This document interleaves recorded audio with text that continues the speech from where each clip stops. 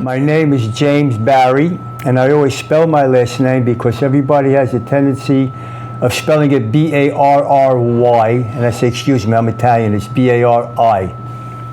I am born, raised, and still live right here on Mulberry Street. I've never moved. I own Benito Restaurant. I've owned it since 1968. I am extremely proud of my heritage, being born not only of Italian descent, but being born on Mulberry Street, the Mecca of Manhattan. My family on both sides, mother's side and father's side, both came here in 1900. On my mother's side, they came from a small town of Palermo called La Cala Fridi. On my father's side, we came from Bari, hence my last name. And from my understanding, they moved from Bari to Alto Mare. And I was told by Germana, she did a lot of investigating for me, and she said to me about a year or so ago, she says, you know, your real last name isn't Bari. And I said, well, what is it, Finkelstein? You know, what? She says, no, it's Di Bari, because they went from Bari to Alto Mare. And do you know when they arrived here? 1900. And they both came back at the same time on Ellis Island. My grandmother, my mother's mother, when they first came here, they from Ellis Island, they went to First Avenue and 11th Street here in Manhattan. At that time, that was a very big Sicilian area. My father moved to, as a matter of fact, the street that they first came to doesn't exist anymore. It's down past Canal Street. But from there, after a couple of years, they moved to Kenmare Street. And when my mother and father got married, they took an apartment on Mulberry Street. And that's where, as a matter of fact, I just got rid of the apartment. We just gave it back to the landlord about 2 years ago. From Naples south is when all the Italians emigrated here. Above that, everybody had a good life in Italy. This was all, you know, back in the 1960s, the census came out and said there were more Neapolitans on Mulberry Street than there were in Naples. And it's amazing because Mulberry Street was predominantly Neapolitan. Elizabeth Street, 2 blocks to my right, was basically Sicilian. And then up further on Mulberry Street, you had Barese, Calabrese. So it was all little, even though we're all Italian, it was all little sections. I kid a lot of people down here, and I say, years ago, a mixed marriage wasn't between a black person and a white person.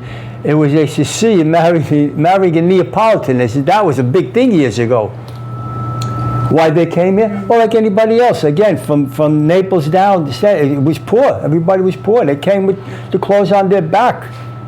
Literally with the clothes on their back, yeah. We were the only nationality to come to the United States without papers.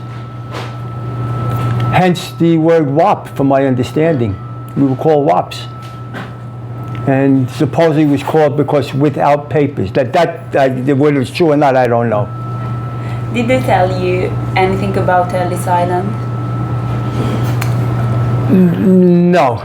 You know, they never really spoke about the past. They really never did. They tried to emigrate as quickly as possible. And I remember as a little boy how they spoke broken English. You know, they wanted to assimilate very, very quickly. And the only time they spoke Italian, and again, as a little child, you got to understand something. All these old buildings, they're over 100 years old. These were all families in these buildings, not like now. Now these are all transients. But years ago, when you came here, you lived here, you raised your family here, you raised your children, your grandchildren here. I'm second generation. And every morning about 7 o'clock in the morning, all the elderly Italian women would come into my grandmother's apartment. And Grandma would put up 2 pots of coffee, American coffee and demi-tasse with a margarette. And for 2 or 3 hours, they spoke Italian. About 10 o'clock, everybody started going to their own apartments, and Grandma went back to English. So it wasn't a constant Italian, which I'm very sorry for because I never learned the language. And if you go to learn it, and not only Italian, any language, if you go to learn any language, they teach you proper. Nobody would understand you down here. This was all dialect down here. So I never bothered to learn. No, you pick up a few phrases here and there, but to speak it, no. And I'm so sorry I never did.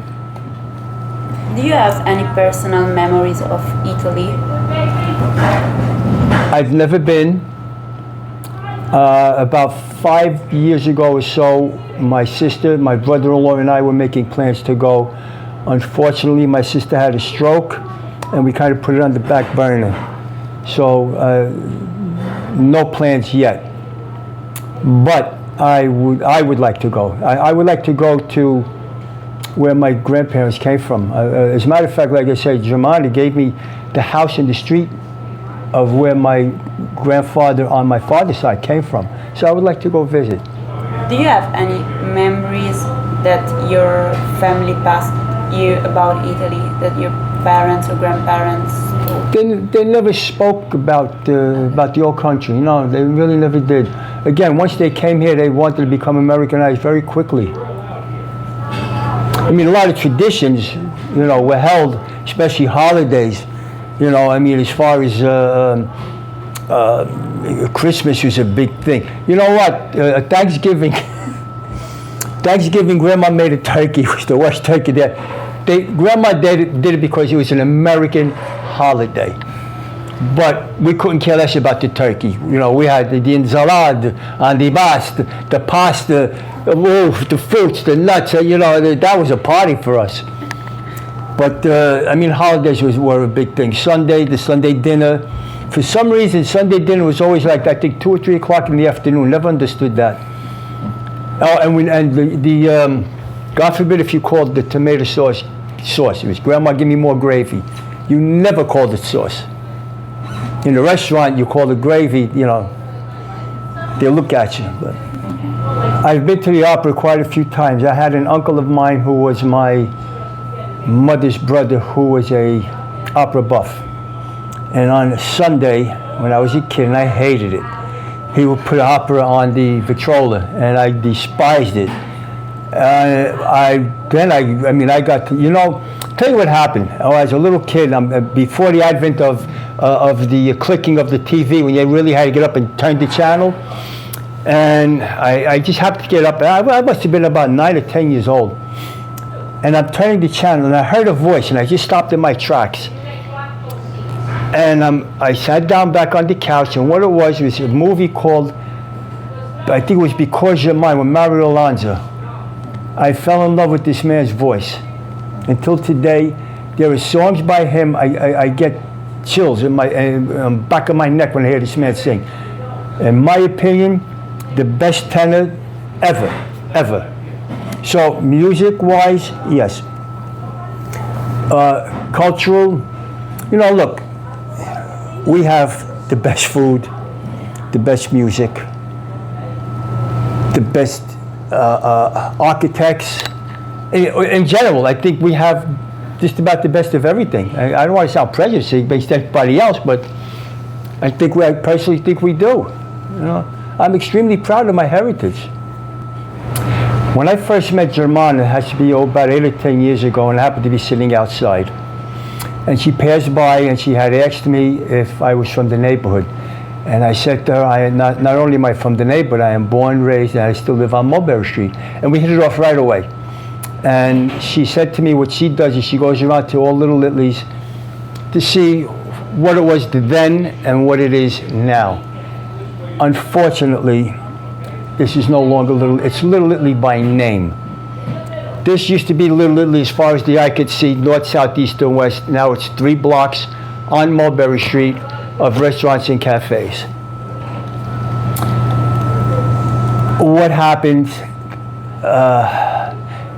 there's a Little Italy up in the Bronx on Arthur Avenue, and the Little Italys in New York, what happens, these became, again, not to the Italians. To the Italians, this is where we came, where we were born, where the children, the grandchildren. Unfortunately, they changed. The apartment that I live in was my grandmother's apartment. She moved in 1915 when she got married. The bathtub is in the kitchen. The toilet is in the kitchen. And when I say toilet, you open up your apartment door, there's another door right here. It's a toilet bowl. That's it. No sink, no nothing. I remember as a kid they had the tank where you pull the chain. The bathtub was a porcelain bathtub in the kitchen. And when Grandpa came home from work, if it was in the summertime on a Saturday, Grandpa says, all right, go out and play, go in the street, go and play. If it was in the wintertime, Grandpa, go in the living room, go watch cartoons. Nobody had it better than anybody else down here growing up. We were all the same. Little Italy has changed tremendously. Second generation, which is me, when you got married, you moved out of the neighborhood. You went to Brooklyn, Staten Island, New Jersey, Long Island. You wanted the backyard. You wanted the bedroom that had the sink and the tub and everything in one room. That wasn't for me. I stayed here.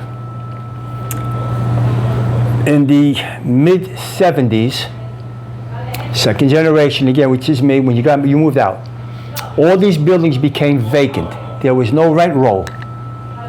Huge influx of Asians from Hong Kong coming in. They thought it was going to go communist. They took their money and they ran. Most of them came here to New York. When I tell you bags full of money, and I kid you not, bags full of cash, they offered these landlords, the buildings weren't worth $30,000. They offered the landlords maybe $50,000, $60,000 in cash. Landlords took it and they ran. Nobody ever thought that Little Italy would become a tourist area. Growing up in this neighborhood was like any other neighborhood you would come from. You had tailor shops, you had stationery stores, grocery stores, so on and so forth. So when they bought these buildings, what they did is they got rid of all the furniture in the apartments, and they would put loft beds. They would put 16 to an apartment. 8 of them went to work while the other 8 slept. When they woke up, they went to work, the other 8 came back. That's how they lived for a while. These buildings now are worth $7 million, $8 million. Because of the, how would I say, the change of Little Italy. Umberto's Clam House was one of the first restaurants to open here in the 70s. As a matter of fact, 1972. All of a sudden, restaurant after restaurant opened up to the point where, as 3 blocks from Broome to Canal on Mulberry, at one point there was a total of 46 restaurants and cafes. And that's how it became a tourist area. Halloween was a big thing down here for kids. We were kids. Now, if you see 10, 20 kids, most of them Chinese, coming in trick-or-treat, it's a lot. There's nothing here anymore. There's no family. You see people walking dogs. There are no more children. I mean, a big change from what I knew when I was growing up. And it's sad in a way, you know. I'm one of the very few, and I mean very few, who were born, raised, and still live here on Mulberry Street or in Little Italy. I've been to Boston quite a few times, to the North End, to Little Italy in Boston. That's still strong, and I believe it's still strong because the people who own the restaurants, first of all, the buildings are like 2 stories high, maybe 1 story. So whoever owns the restaurant literally lives upstairs. See, not down here. Nobody lives here anymore. A lot of the restaurants down here are even owned by Albanian. There's really not even a lot of Italians that own it.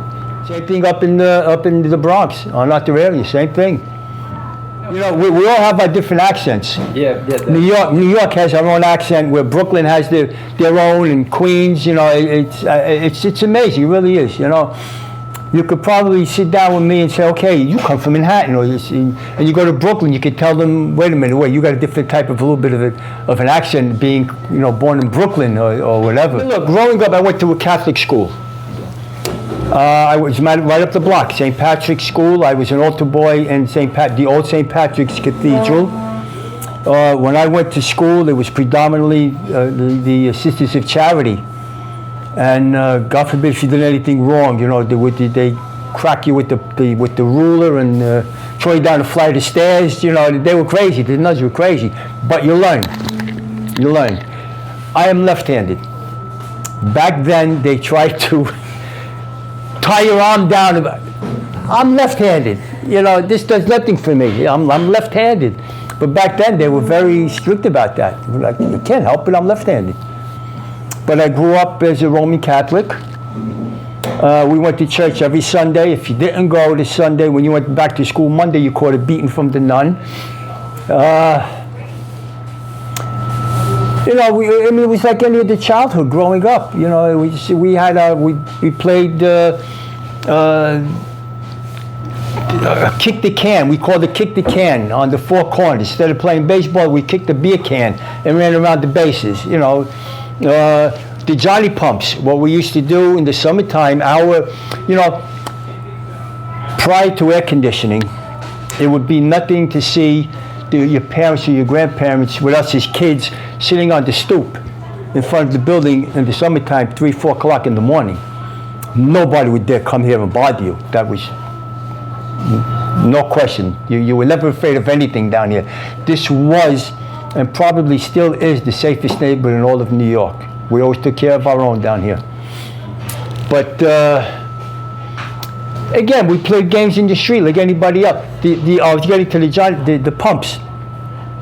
In the summertime, when we turned the pump on, we would take a can and take the top and the bottom off of the can and put it by the water. It would shoot up. And I would get a kick out of it because as a kid, back then, maybe a guy would be coming down the block with a convertible car. And we would say, no, mister, we promise you, we're not going to wet you. No, we promise you, you know. And he would go to him, right?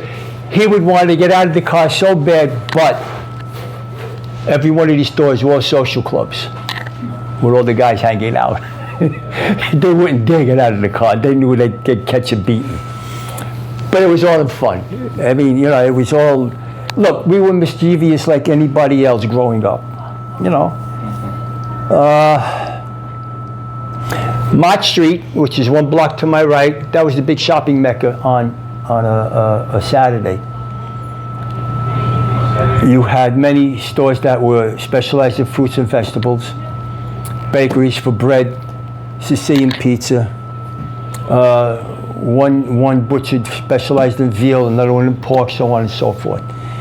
And I would go shopping with my grandmother and carry the shopping bags, go upstairs. And as a little kid, I said, Grandma, where you want me to put this? And she would say, Metla Kangop, put it over there. So after a couple of those, I knew what she meant by saying Metla Kangop. But you know, a few phrases here and there, never much. If you've seen an elderly woman shopping, one of us who was ever in the street at the time would take the bags from the woman and walk her home and walk up the steps. I mean, that was out of respect for, we all did the same thing down here. One thing I'm going to get on very, very little is organized crime, okay? There's no doubt about it. You could go online, any history book. Unfortunately, Mulberry Street has the stigma of mafia. Does it still exist? I don't know. You know, you don't see it anymore. I don't see it anymore. As kids, yeah, we all knew them growing up, the elderly gentlemen.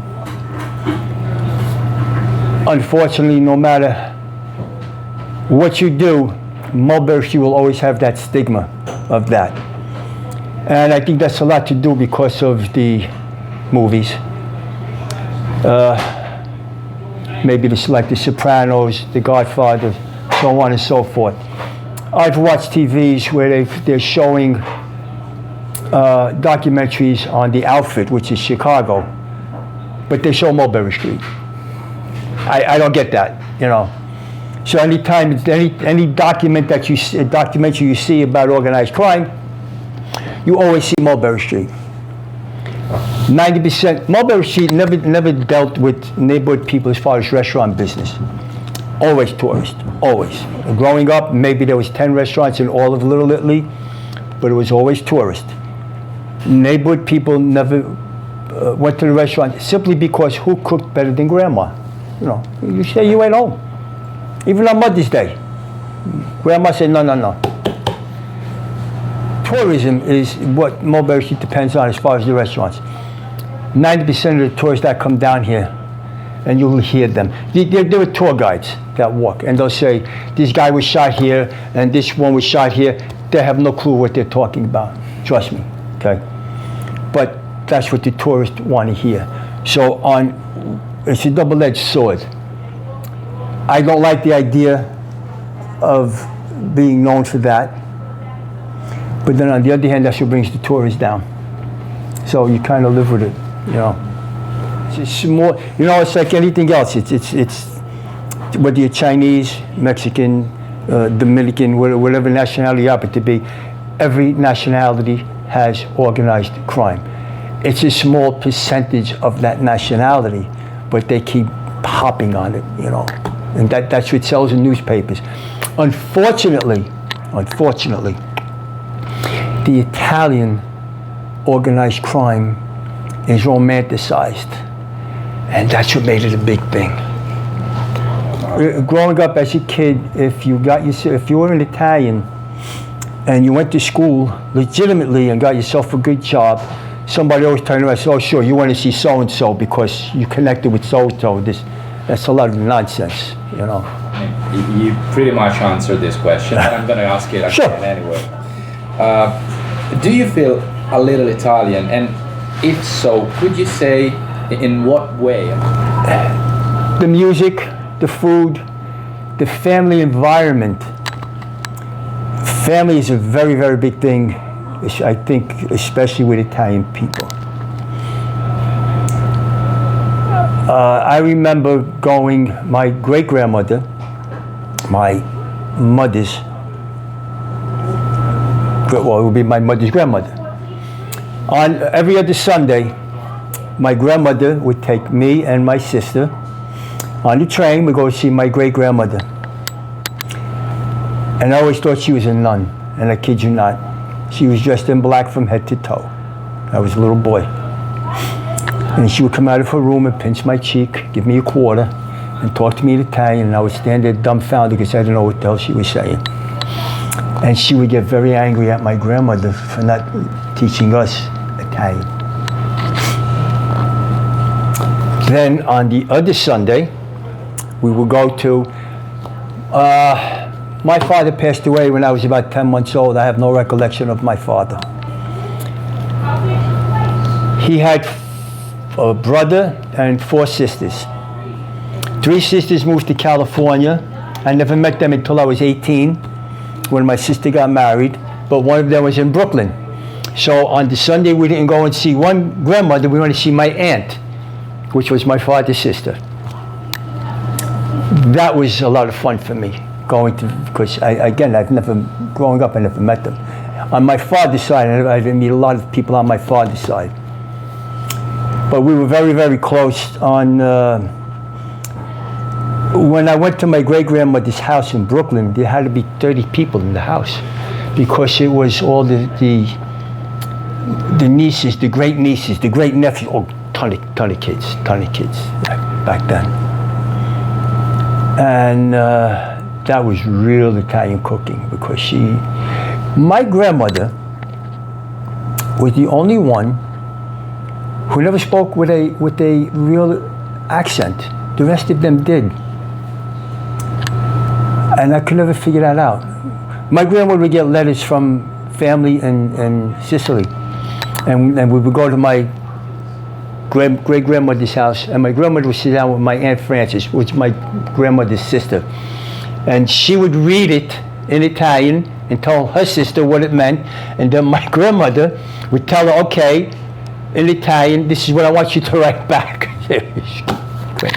And my mother spoke it, not fluently, but she understood, she spoke a little. But I am so no, I hate to use the word angry, but disappointed that I never learned. And again, it didn't pay for me to go and learn it because nobody would understand its dialect down here. Not proper. But still, at least as much as Italian. I mean, the dialects are. I am 100% Italian. 100%. When I went to high school is when I started meeting people from different backgrounds, which is very interesting to me. Different religions, different backgrounds. So I say, how come you do that? And why is that? And they would ask me the same thing. How do you know? Which I found very, very interesting. You know, being born and raised on Mulberry Street, I think there was maybe 4 or 5 Irish families left down here at the time.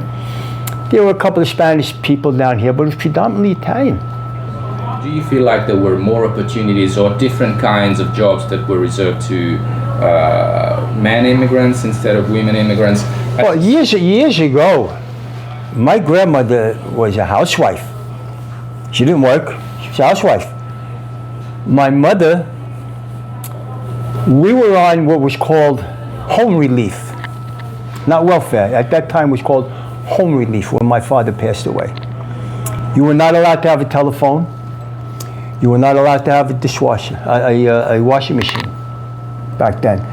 Every month, an inspector would come up to your apartment to make sure that you didn't have a phone or that you didn't have. I mean, it wasn't like today. Today you're on welfare. They give you a Cadillac. They give you a mansion to live in. It wasn't like that back then. So my mother was on. I could say it now because, well, she passed. But my mother worked. My mother had odd jobs.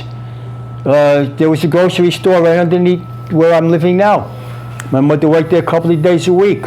There was a woman up the block who, a very dear friend, passed away, who owned a store that sold baby clothes. And my mother worked there. So my mother earned extra money. Besides, you couldn't feed your. My mother had 3 children. When my father died, I was 10 months old. My sister was 1.5 years, and my brother was 3 years old. So my mother raised 3 children without a husband. There's no way on the face of the earth you're going to raise 3 kids on home relief. They barely paid your rent. My brother quit high school when he was 17 years old. He went to work. Took my mother off of home relief. So, were there opportunities? But back then, the years that we're talking about, they were housewives. You have both citizenship, just American citizenship? I have American citizenship. When I found out about maybe 7, 8 years ago, maybe a little bit less, when I found out about this dual citizenship, I want it. And the reason I want it, it makes me feel that much closer to my heritage, to being an Italian, from Italy. And Germana is helping me do that. And I understand at one point it wasn't too difficult. Now it's just a little, from my understanding now, they're changing the laws because they're afraid that, well, if I get it, it's going to go down to my son, to my grandchildren, and I think they're afraid that they're going to go there and take jobs or something. That's not my position. My position is in my heart. I am Italian. Hold on. Take your time. Take your time, absolutely. And that's why I want it. Imagine that this interview is going to be shown to your descendants or to future kids. Imagine letting them hear your voice in a time far from this one. What should they remember forever? What is that they should never forget? Be proud of whatever nationality you are. But, above all, be more proud that you are an Italian. And that's my legacy. Give us a greeting in Italian.